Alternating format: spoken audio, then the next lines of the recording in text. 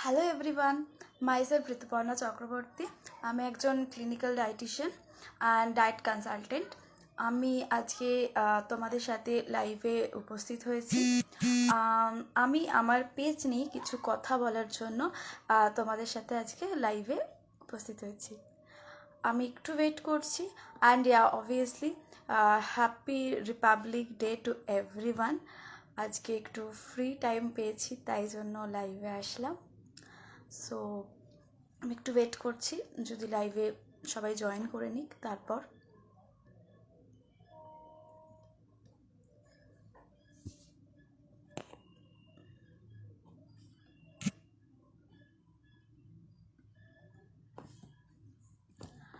আচ্ছা, আমি আমার কথা শুরু করছি এখন। এই পেজটা আমি অ্যাকচুয়ালি স্টার্ট করেছিলাম জাস্ট অ্যাওয়ারনেসের জন্য।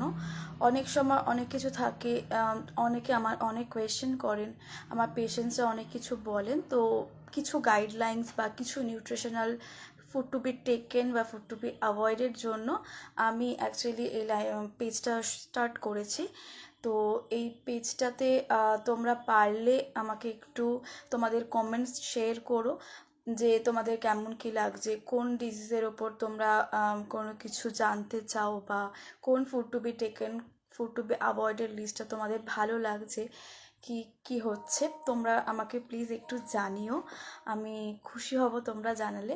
অ্যান্ড অনেকের অনেক রকমের কোয়ারিজ থাকে, সো আমি যতটা পারি চেষ্টা করি এই পেজটাতে আমার যতটা ইনফরমেশান শেয়ার করার সেটুকু শেয়ার করতে।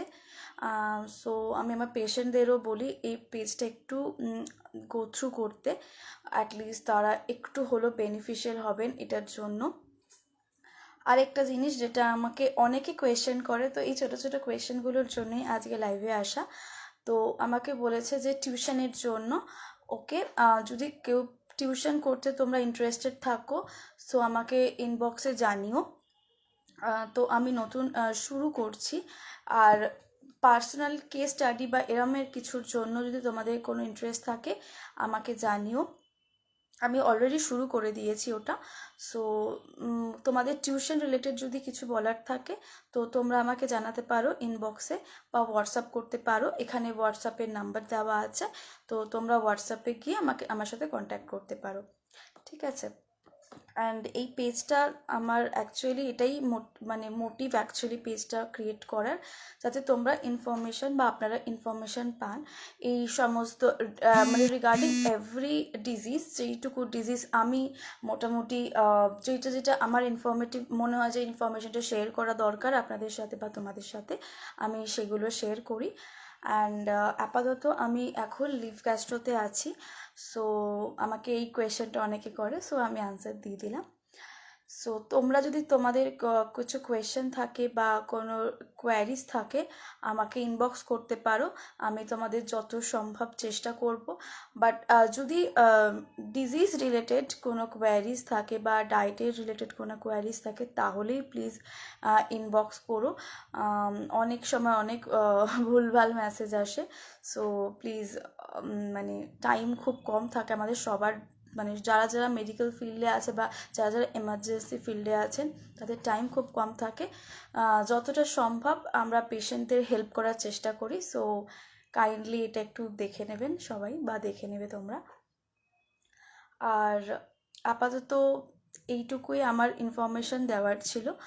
আর আমি কয়েকটা জিনিস তোমাদের সাথে শেয়ার করতে চাই, that is about gastro and liver diseases বা ইস্যুস।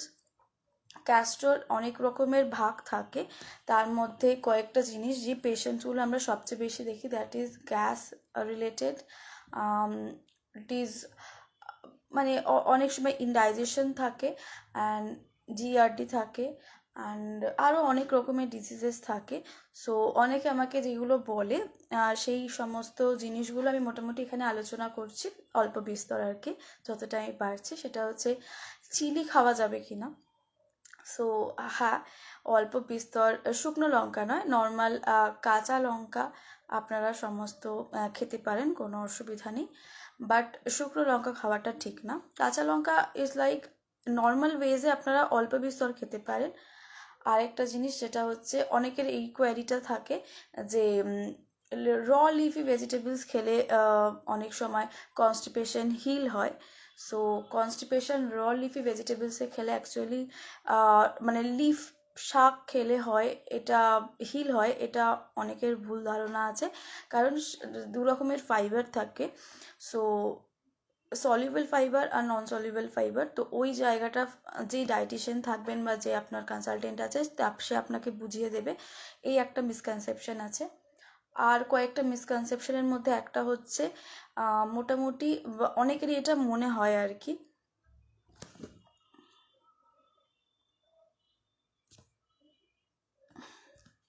হ্যাঁ, অনেকের এরকম মনে হয় যে তাদের গ্যাসের সমস্যা হচ্ছে, এই ডায়েটটা মোটামুটি কতদিন ফলো করতে হবে অ্যান্ড এটা কি সারা জীবন ফলো করতে হবে। না, আমরা যে এগুলোকে থেরাপিউটিক ডায়েট বলে, এগুলো মোটামুটি একটা সার্টেন টাইম অবধি ফলো করতে হয়। লাইক 15 ডেজ বা 30 ডেজ বা 40 ডেজ, 45 ডেজ, 3 মান্থস, এরকম একটা পিরিয়ড থাকে, সেটার মধ্যে ফলো করতে হয়। দেন আপনারা ওটা আস্তে আস্তে নর্মাল ডায়েটে মানে নর্মাল আপনার লাইফস্টাইলে ইনক্লুড করতে হবে। আর আরেকটা জিনিস, একটু এক্সারসাইজ সবসময়, যখন কারোর লিভার ডিজিজ বা ফ্যাটি লিভার থাকে তাদের এক্সারসাইজ করতে অনেক সময় কষ্ট হয়, বা ইনডাইজেশনে না, অ্যাকচুয়ালি তাদের গ্যাসের একটু বেশি প্রবলেম থাকে, তো অনেক সময় মানে এক্সারসাইজ করতে, একটু স্ট্রেনাস এক্সারসাইজ করতে অসুবিধা হয়। সো সেই ক্ষেত্রে আপনারা খুব একটা স্ট্রেনাস এক্সারসাইজ আমি বলবো না, বাট নর্মাল হালকা যে এক্সারসাইজেস হয়, লাইট ওয়েট এক্সারসাইজেস, সেগুলো করতে পারে। আচ্ছা, এইগুলো মোটামুটি আমার আপাতত, মানে আমি যেই কোয়েশ্চেন্সগুলো সবচেয়ে বেশি পাই, সেই কোয়েশ্চেন্সগুলোর সম্বন্ধে আমি মোটামুটি কথা বলছি। তাছাড়া আর প্রশ্ন বলতে, আপনারা যদি মানে আপনাদের যদি কোনো কোয়েশ্চেন করার থাকে আপনারা ডেফিনেটলি করতে পারেন কমেন্টে। সো আর তাছাড়া কোয়েশ্চেন বলতে, পাইলসের যাদের প্রবলেম থাকে তাদের জন্য আমি বলতে চাই যে অনেক সময় তাদের জন্য ওই সলিউবল আর ইনসলিউবল ফাইবারের ব্যাপারটা অ্যাপ্লিকেবল তাদের জন্য, যে কোন ফাইবার আপনারা ইনটেক করবেন সেটা আপনাদের ডায়েটিশিয়ান বা যে ফিজিশিয়ান আছে তাদেরকে ভালো করে জিজ্ঞাসা করে নেবেন। কারণ অনেক কিছু এরকম থাকে যেটা আমরা না বুঝে হয়তো ইনটেক করছি এবং আমরা ভাবছি সেটা খুব মানে ভালো। সো বাট পরবর্তীকালে সেটা আমাদের লাইফে খারাপ হিসেবে ইউজড হচ্ছে, মানে আমাদের ফুড প্যাটার্নের ওপর অনেক কিছু ডিপেন্ড করছে। আর হ্যাঁ, গ্যাস্ট্রাইটিসের যাদের প্রবলেম আছে বা নর্মাল লাইফস্টাইলের জন্য 2 থেকে 2.5 ঘন্টা অন্তর অন্তর খাওয়াটা খুব জরুরি, সেটা সবার ক্ষেত্রেই হয়। আমি একটা কথা বলে দিলাম, আপনারা সেটা মেনটেন করতে পারছেন না, সেটা আলাদা বিষয়, কিন্তু অ্যাজ মানে বেস্ট অ্যাজ পসিবল আপনারা যদি গাইডলাইনটা ফলো করেন সেটা আপনাদের জন্য ভালো। 2 থেকে 2.5 ঘন্টা অন্তর অন্তর প্রায় খাওয়া উচিত। সবসময় সেটা মেনটেন করা সম্ভব হয় না, সেটা আমিও জানি, বাট চেষ্টা করবেন যতটা সম্ভব আর কি এটা মেনটেন করতে। কারণ এই কোয়েশ্চেনটা হয় যে এটা কি সবার জন্য অ্যাপ্লিকেবল? হ্যাঁ, এটা মোটামুটি সবার জন্যই অ্যাপ্লিকেবল। মোটামুটি 2 থেকে 2.5 ঘন্টা অন্তর অন্তর কিছু খাওয়া উচিত, পেট খালি রাখা উচিত না। তাতে গ্যাস্ট্রাইটিসের প্রবলেম থাকলেও সেটা মানে মেনটেন করা উচিত। গ্যাস্ট্রাইটিসের প্রবলেম না থাকলেও এটা মোটামুটি নর্মাল লাইফস্টাইল মডিফিকেশনের জন্য মেনটেন করা, যতটা সম্ভব আর কি মেনটেন করা উচিত। এই একটা প্রশ্ন যেটা মাঝে মাঝেই আমি পাই।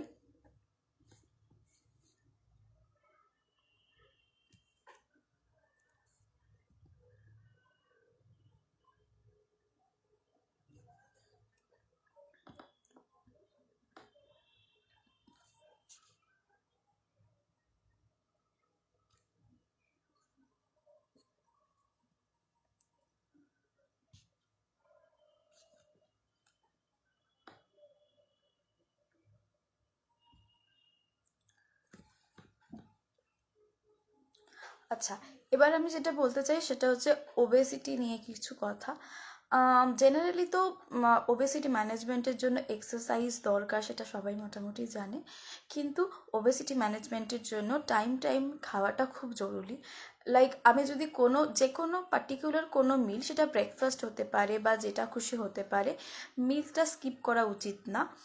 স্পেসিফিক্যালি অনেক সময় এরকম হয় যে যারা লেট রাইজার তারা অনেক সময় মিল স্কিপ করে। তো আমি সেই ক্ষেত্রে বলবো ঠিক আছে, এতদিন যেটা করা হয়েছে ফাইন, এখন থেকে যদি আপনারা লাইফস্টাইল মডিফিকেশন বা যে মডিফিকেশনটা হবে সেটা করতে পারেন, সেটা আপনাদের জন্য বেনিফিশিয়াল। সকালবেলা ঘুম থেকে উঠে হালকা যে এক্সারসাইজেস আছে, এক্সারসাইজ কখনো কিন্তু খালি পেটে করা উচিত না। মানে একটু কিছু কিছু ড্রাই ফ্রুটস বা কিছু একটা, বা 1 পিস অফ ব্যানানা, এরকম কিছু, মানে কিছু ক্যালোরি ইনটেক করে আমি দেন এক্সারসাইজটা শুরু করব। হেভি কিছু না, হেভি কিছু খেলে তো এক্সারসাইজ করতে পারবেন না, বাট অল্প বিস্তর যদি আমি কিছু খেয়ে এক্সারসাইজটা শুরু করি, তাহলে কি আমার পেটে কিছু খাবার থাকবে। ঠিক আছে। সো অনেক সময় অনেকে আছে যে খালি পেটে মর্নিং ওয়াক করতে চলে যান, বা খালি পেটে এক্সারসাইজ করছেন, বা সকালবেলার দিকে একদম ঘুম থেকে উঠেই এক্সারসাইজ করতে চলে যাচ্ছেন।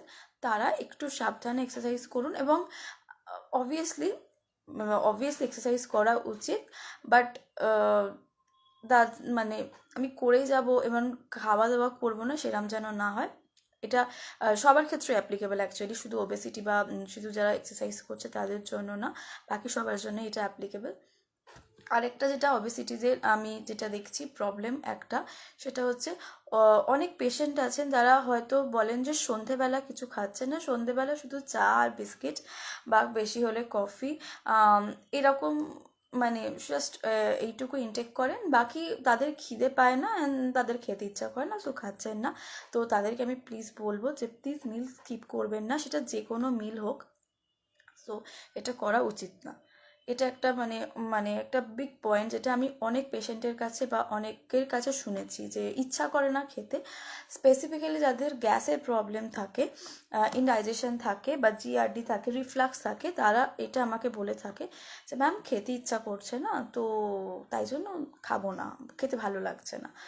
আমি তখন তাদেরকে একটাই কথা বলবো যে ফ্রিকুয়েন্ট মিল নিন, অল্প অল্প করে। আমি বলছি না অনেকটা খাবার একসাথে খেতে, বাট ফ্রিকুয়েন্ট মিল নেওয়াটা খুব জরুরি।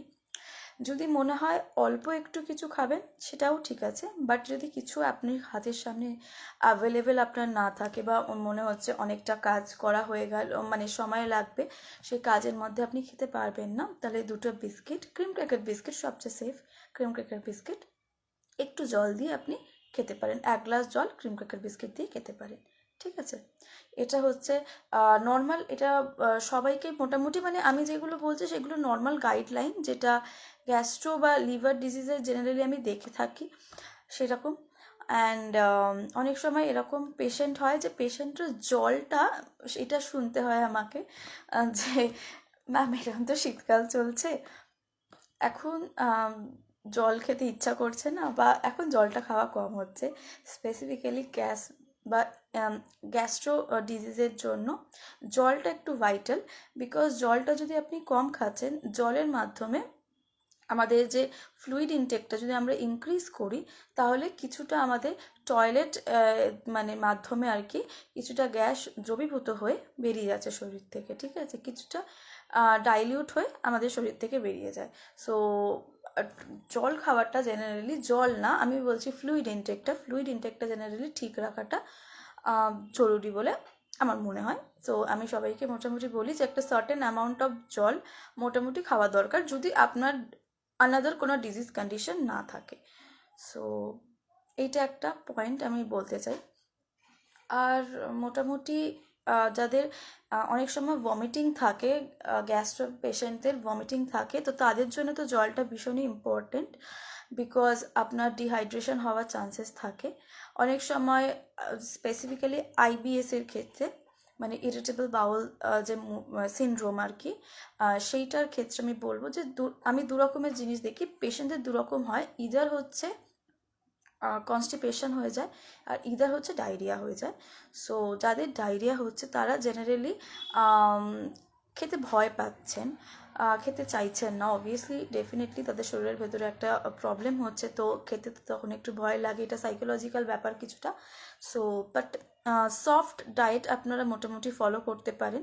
নর্মাল গাইডলাইন দিচ্ছি আমি আর কি, যে সফট ডায়েটটা মোটামুটি ফলো করতে পারেন। জলের পরিমাণটা একটু আপনাদের ইনক্রিজ করতে হবে। আর যাদের কনস্টিপেশন আছে, আবারও আমি বলছি, কোন রকমের ফাইবার আপনি ইনটেক করছেন সেটা আপনাকে বুঝতে হবে। যদি ডাল খেতে খুব প্রবলেম হয়, তাহলে ডালের যে ওয়াটার পোর্শনটা আছে, ওয়াটার পোর্শনটা আছে, সেটা আপনি কন্টিনিউ করতে পারেন। এটা মোটামুটি আপনাকে কিছুদিন কন্টিনিউ করতে হবে। মোটামুটি এই একটা ব্যাপার। অনেকে আমাকে বলে যে গ্যাস্ট্রাইটিস পেশেন্টরা, যে ম্যাডাম এটা কতদিন মোটামুটি গ্যাস্ট্রাইটিস থাকে? তো এরকম করে কিছু বলার নেই। কতদিন থাকে বা কী, সেটা তো আপনার ডিজিজ কন্ডিশনের ওপর ডিপেন্ড করছে, কতটা আপনার মানে কতটা ডিজিজটা কতটা ইনক্রিজ করেছে সেটার ওপর ডিপেন্ড করছে। সো আস্তে আস্তে এটাই হিল হবে। আমি সবাইকেই বলবো যে মোটামুটি চেষ্টা করবেন একটু ধৈর্য ধরে ডায়েটগুলো ফলো করতে, মেডিসিনটা খেতে, মেডিসিন টাইমে টাইমে যেন খাওয়া হয়। আর সকালবেলা ঘুম থেকে উঠবেন যখন, অ্যাজ সুন অ্যাজ পসিবল কিছু একটু ইনটেক করবেন। মানে যেটা আপনি যদি নর্মাল জল খাচ্ছেন, এমনি আপনি বিস্কিট দিয়ে সেটাও যেন আপনি ইনটেক করবেন সকালবেলা অ্যাজ সুন অ্যাজ পসিবল ঘুম থেকে ওঠার পর। সো এই কয়েকটা জিনিস আমার মোটামুটি মনে পড়ছে এখন, তো আমি আপনাদের সাথে শেয়ার করছি। এই কয়েকটা জিনিস যেটা আমার মনে হয় আপনাদের সাথে শেয়ার করা দরকার। আমি আরেকটু দেখছি, যদি কারোর কোনো জিজ্ঞাসা থাকে আমি তাকে উত্তর দেব। সো যদি কিছু আপনাদের জিজ্ঞাসা করার থাকে, আপনারা ফ্রি টু আস্ক।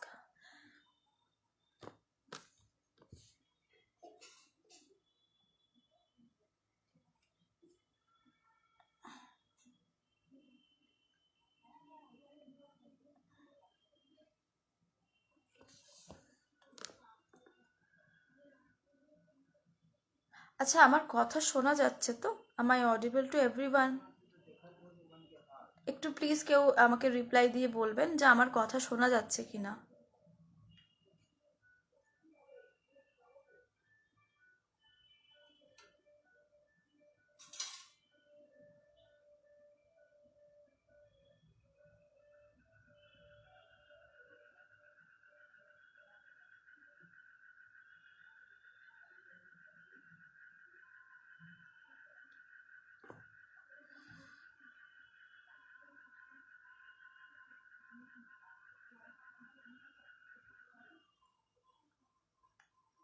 আশা করছি আর কারোর কোনো জিজ্ঞাসা নেই। আহ, ঠিক আছে, তাহলে আমি আমার লাইফটা এখানেই মোটামুটি শেষ করছি। তাছাড়া আরও তাদের কারোর যদি কোনো জিজ্ঞাসা থাকে, তারা আমাকে ডেফিনেটলি জিজ্ঞাসা করতে পারেন রিগার্ডিং ডায়েট। অ্যান্ড ঠিক আছে,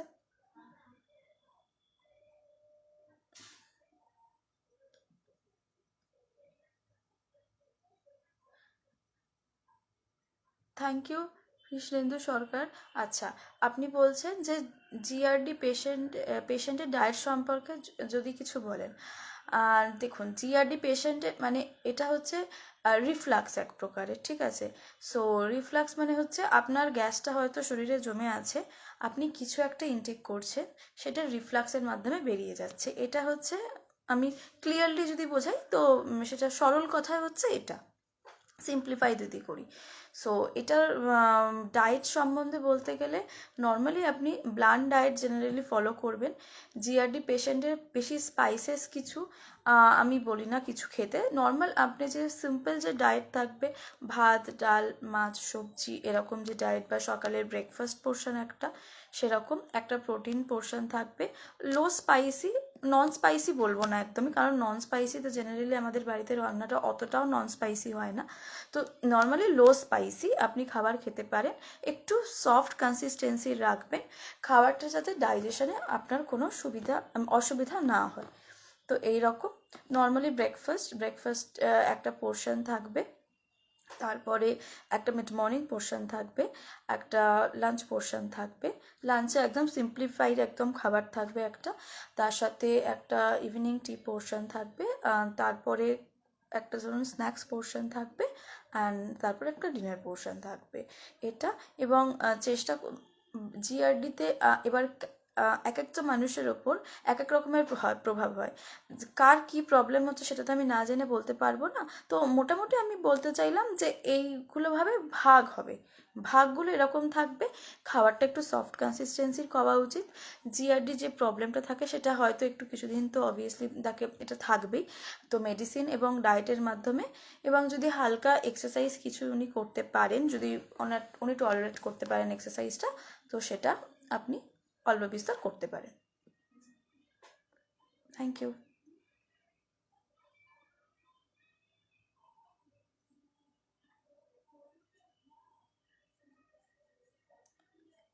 আমার পেজেতে জিআরডির সম্বন্ধে দেওয়া আছে, আপনি দেখতে পারেন ওটা গিয়ে। আমার পেজেতে এরকম অনেক রকমের ইনফরমেশান মোটামুটি দেওয়া আছে ডিজিজ সম্বন্ধে, গ্যাস্ট্রো ডিজিজ সম্পর্কে, কনস্টিপেশন সম্বন্ধে, লিভার ডিজিজ সম্বন্ধে, কিডনি ডিজিজ সম্পর্কে, কোলেস্টেরল, অনেক রকমের ইনফরমেশান আছে। আপনারা একটু গো থ্রু করতে পারেন। আশা করছি আপনাদের ভালো লাগবে এবং কিছুটা হলেও বেনিফিট আপনারা পাবেন। সো আমি এটাই জন্যই বলছি যে পেজটা পারলে আপনারা একটু ফলো করবেন, সো যাতে, এবং আমাকে প্লিজ একটু কমেন্ট করে জানাবেন যে আপনাদের কেমন কি লাগছে এবং কোন ইনফরমেশনটা আপনাদের মনে হয় যে দিলে ভালো হয়। সো সেটা আপনারা আমাকে জানাতে পারেন। আমি ডেফিনেটলি ট্রাই করব আমার যতটা ইনফরমেশান আপনাদের আমি দিতে পারি, তো আমি অবভিয়াসলি ডেফিনেটলি দেবো। And that's it.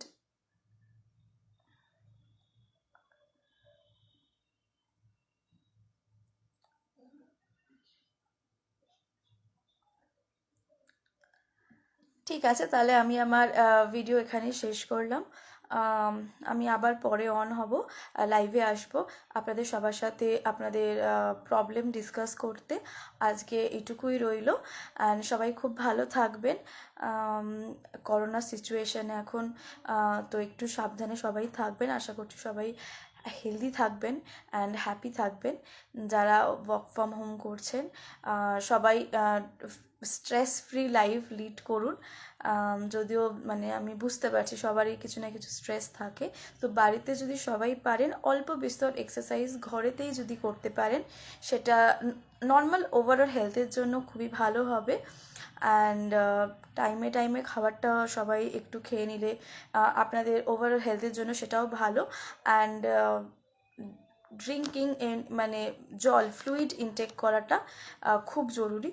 তো সবাই নর্মালি জল আপনারা সবাই টাইমে টাইমে, যদি নাও খেতে পারেন মোটামুটি সারাদিনে একটা শিডিউল মেনটেন করুন। সো আশা করছি আপনারা ভালো থাকবেন, সবাই সুস্থ থাকুন, ভালো থাকুন। নমস্কার।